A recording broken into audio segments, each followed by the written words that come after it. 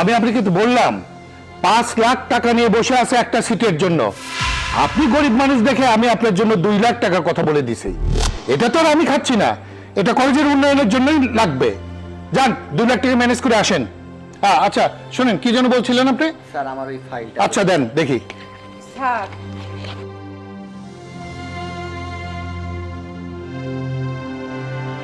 Sir আমার একটা কথা শুনেন, আমি গরিব মানুষ, আমি 2 লাখ টাকা কই পাবো বলেন?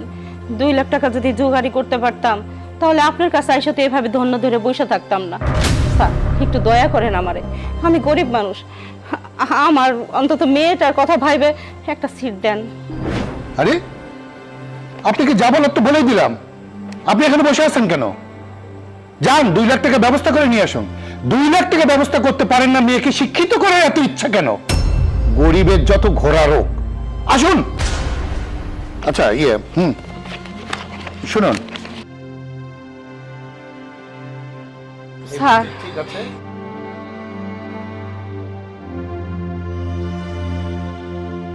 ও স্যার। কি হলো? আপনি এখনো বসে আছেন?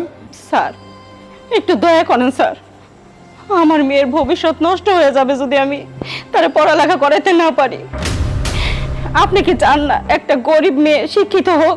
ওর অনেক বড় স্বপ্ন, অনেক আশা, ও অনেক বড় অফিসার হইব, আর অফিসার হইতে গেলে তার শিক্ষাগত যোগ্যতা লাগবে। স্যার একটু দয়া করেন না স্যার, মানুষের কাছ থেকে তো অনেক টাকাই নিতেছেন, আমার কাছ থেকে না হয় নাই বা নিলেন। আমার মেয়েটা খুব মেধাবী ছাত্রী স্যার, ওর ভবিষ্যৎটা আপনি নষ্ট করে দিয়েন না, দয়া করেন স্যার। আপনি কিন্তু আমি বলেছি 2 লাখ টাকার 1 টাকা কম হলেও আপনার মেয়ের হোস্টেলে অ্যাডমিশন হবে না। যান আসুন।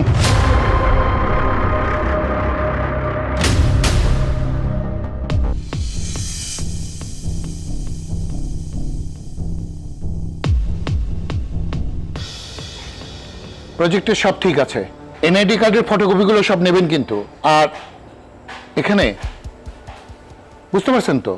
জি স্যার, আপনি নিশ্চিন্ত থাকুন, আপনি কোনো টেনশন করবেন না, আমি সব কিছু রেডি করে ফেলবো। ও মা, মা উনি কি রাজি হয়েছে আমার সিট দিব?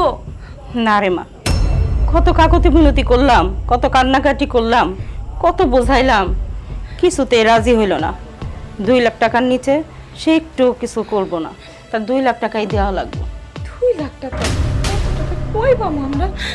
আচ্ছা তুমি থাকো, তুমি মনে হয় ওনারা বুঝাই কইতে পারো নাই, আমি যাই, আমি যে ভালো করে বুঝাই কই, তাইলে উনি ঠিকই রাজি হয়ে যাবে। না রে মা, উনি খুব কঠিন মানুষ, আমার মনে হয় যায় কোনো লাভ হইব না। তুমি চুপ থাকো, আমি যাইয়া ওনারে আমার বাবার স্বপ্ন সম্পর্কে, আমার সম্পর্কে আমি সব কমু।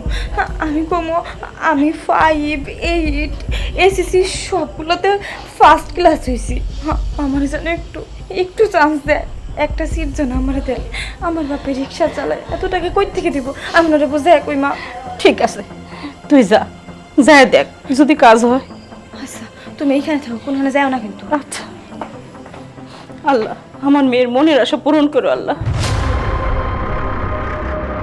এনআইডি কার্ডের ফটোকপিগুলো রাখবা আর সিগনেচারগুলো রাখবা, এটা কিন্তু জরুরি, বুঝতে পারছো? সবকিছুর একটা নিয়ম আছে তো, তাই না? জি স্যার। আসসালামু আলাইকুম। ওয়ালাইকুম আসসালাম। তুমি কে? স্যার একটু আগে যে এখানে একটা মহিলা আসছিল, উনি আমার মা। ও আচ্ছা, ঠিক আছে বসো। স্যার, ঠিক আছে তুমি আসো। স্যার ওই যে আপনার জন্য। এটা আবার কি দরকার ছিল? স্যার আমি চলে আসছি স্যার। আচ্ছা ঠিক আছে। আসসালামু আলাইকুম। ওয়ালাইকুম আসসালাম। দেখো, আমি তো তোমার মাকে যা বলার বলে দিয়েছি, গভর্নিং বডি তো কোনো কর্মী মানবে না। আমি তাদেরকে বুঝাইছি তোমার মা গরিব, অসহায়, তুমি ভালো স্টুডেন্ট, এই জন্যই তো 2 লাখ টাকা করেছে। টাকা ছাড়া তো আমি কিছু করতে পারবো না। স্যার আপনি কি জানেন আমাদের কত কষ্ট করে সংসার চলে? আমার বাবা একজন রিক্সা চালক, আপনি 2 লাখ টাকা চেয়েছেন। আমার বাবা রিক্সা চালিয়ে কি করে 2 লাখ টাকা দিবে? আমরা অনেক গরিব, আমার বাবা রিক্সা চালিয়ে দিনে হয়তো বা 5 থেকে 1200 টাকা ইনকাম করতে পারে, এর বেশি তো আর পারে না। এই দিয়ে আমার বাবা কোনো মতে আমার পড়াশোনাটা চালিয়ে যাচ্ছে। আমার বাবার খুব ইচ্ছে আমাকে ডাক্তার বানাবে, আর আমিও চাই আমার বাবার ইচ্ছা পূরণ করতে, ডাক্তার হতে। আর আমি ডাক্তার হয়ে এই এলাকার যত গরিব মানুষ আছে সবাইকে চিকিৎসা করব, ফ্রি চিকিৎসা করব আমি। দেখো, আমি তোমাকে কত করে বুঝাবো আর বলো, আরে সব কিছু তো আর আমার হাতে নেই, আমার উপরেও তো লোক আছে, তাই না? আমাকে তো সেখানে কৈফিয়ত দিতে হয়, আর এটা তো নেওয়া হয় কলেজের উন্নয়নের জন্য। আমি কোনো করবেই পারবো না, সেটা তোমার মাকেও বলে দিয়েছি, তোমাকেও বললাম। স্যার আপনি জানেন আমি 5-এ স্কলারশিপ পেয়েছি, 8-এও স্কলারশিপ পেয়েছি, আর এসএসসিতে গোল্ডেন A+ পেয়ে বোর্ডের সর্বোচ্চ নাম্বার পেয়ে আমি ফার্স্ট হয়েছি। স্যার এখন আপনি যদি আমাকে হোস্টেলে সিট না পাইয়ে দেন তাহলে তো আমি ঠিক করে পড়াশোনা করতে পারবো না, আর আমি যদি ঠিকভাবে পড়াশোনা না করি তাহলে তো আমি এসএসসি পরীক্ষাটাও দিতে পারবো না, আর আমি আমার বাবার স্বপ্ন পূরণ করতে পারবো না। স্যার আমি শুনেছি গভর্নিং বোর্ডের চেয়ারম্যানের 3-4টা সিট থাকে, ওইখান থেকে আমাকে একটা সিট পাইয়ে দেন। দেখো, ওগুলো আগেই ফিল আপ হয়ে গেছে, আমি কিছু করতে পারছি না, সরি। তুমি আসতে পারো। দাঁড়াও ভাইয়া, তুমি এসব কি করছো? তুমি হলে গিয়ে এলাকার জনপ্রতিনিধি। একজন জনপ্রতিনিধির কাজ এলাকার জনগণের সেবা করা, আর তুমি এলাকার জনগণের সেবা না করে তাকে বিপদের মুখে ঠেলে দিচ্ছ। ভাইয়া ও ছোট মানুষ, ও কলেজে লেখাপড়া করছে এবং কেউ ভালো রেজাল্ট করেছে, এখন একটা সিটের জন্য তোমার দ্বার প্রান্তে ঘুরছে, যাতে করে ভবিষ্যতে ভালোভাবে লেখাপড়া করে ও স্বপ্ন পূরণ করতে পারে। আর তুমি ওর স্বপ্নগুলোকে এভাবে ভেঙে দিচ্ছ। তোমার কাছ থেকে আমি এমনটা কখনো আশা করিনি ভাইয়া। দেখ শেফা, যে বিষয়টা বুঝিস না সেটা নিয়ে কথা বলতে আসিস না। আরে এটা তো ম্যানেজিং কমিটির ব্যাপার, ম্যানেজিং কমিটির আমি তো একা না, ম্যানেজিং কমিটির আরো সদস্য আছে, যারা যে সিদ্ধান্ত নিয়েছে সেটাই তো আমাকে মানতে হবে। ভাইয়া, তুমি জনপ্রতিনিধি হতে গিয়ে তুমি যে একটা সিন্ডিকেটের ভেতর ঢুকে গেছো সেটা আমি অনেক ভালো করেই বুঝতে পারছি। তুমি জনগণের রক্ষক ভাইয়া, তুমি যদি এখন জনগণের রক্ষক হতে গিয়ে বক্ষকের মতো আচরণ করো তাহলে কিন্তু তুমি জনগণের সেবক হতে পারলে না। ভাইয়া, আমি কিন্তু একটা ইউনিভার্সিটিতে স্টাডি করি, আমি কিন্তু জানি ম্যানেজিং কমিটিরা কি করতে পারে আর কি না করতে পারে। তুমি আমাকে এগুলো শেখাতে এসো না। আজকে যদি তুমি চেয়ারম্যান না হতে, আজকে এই এলাকার চেয়ারম্যান যদি অন্য কোনো লোক হতো আর ওর জায়গায় যদি আমি থাকতাম, আমাকে যদি উনি সিটটা না দিত, তাহলে তোমার কি বিষয়টা ভালো লাগতো? আমার তো মনে হয় না ভাইয়া।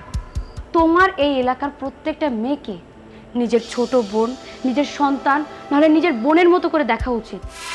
নাহলে পরে তুমি জনগণের সেবা কি করে হলে? প্রত্যেকটা মানুষ তোমাকে ভোট দিয়েছে যাতে করে তুমি তাদের সেবা করতে পারো। এখন তুমি যদি তাদের সেবা না করো তখন তো তাদের মন থেকে তুমি উঠে যাবে ভাইয়া। তাই বলি কি, আমাদের তো টাকা পয়সার কোনো অভাব নেই ভাইয়া, আমাদের কোটি কোটি টাকার সম্পত্তি আছে, তাহলে সামান্য 2 লক্ষ টাকার জন্য তুমি কেন একটা মেয়ের জীবন নষ্ট করে দিচ্ছ ভাইয়া? আজকে যদি তুমি ওকে সিটটা দাও, আমার তো মনে হয় ভবিষ্যতে ভালো কিছু করে দেখাতে পারে, ভালো কিছু হতে পারে। তাতে তো আমাদের কোনো লাভও হবে না, লসও হবে না, কিন্তু তুমি আল্লাহর কাছে কখনো দায়ী থাকবে না। ভাইয়া, ওকে সিটটা তুমি দিয়ে দাও, এরপর থেকে তুমি এমন কাজ করবে এটা আমি কখনো তোমার কাছ থেকে আশা রাখবো না। তুই ঠিকই বলেছিস বোন, আসলে আমারই চিন্তা ভাবনা ভুল ছিল। আসলে টাকার নেশায় আমি অন্ধ হয়ে গিয়েছিলাম। আমি তো একবারও চিন্তা করিনি আমার তো কোনো ছেলে মেয়ে নেই, তুই আমার একটা মাত্র বোন, এই বিশাল সম্পত্তি সব তুই ভোগ করবি। ঠিক আছে, আজ থেকে তুই যা বলবি তাই হবে। আমি যদি জনগণের সেবা না করি তাহলে তারা কেন আমাকে ভোট দেবে, কেন জনপ্রতিনিধি করবে? এই যে মেয়ে, দাঁড়িয়ে আছো কেন? তোমার সিট তো হয়ে গেল, আমার এই বোনের জন্যই সেটা সম্ভব হলো। যাও, খুশি মনে যাও, তোমার মাকে বলো। যাও। ভাইয়া, শুধুমাত্র একটা মেয়েকে বিনা টাকায় সিট দিলেই তোমার সততা প্রমাণ হয়ে যাবে না। তুমি জনপ্রতিনিধি, বিনা টাকায় সব স্টুডেন্টকেই তোমাকে সিট দিতে হবে। ঠিক আছে, তুই যখন বলছিস তখন আমি তাই করব। তুই বলবি আর সেটা আমি শুনবো না, তাই কি কখনো হয়েছে? লক্ষ্মী বোন আমার।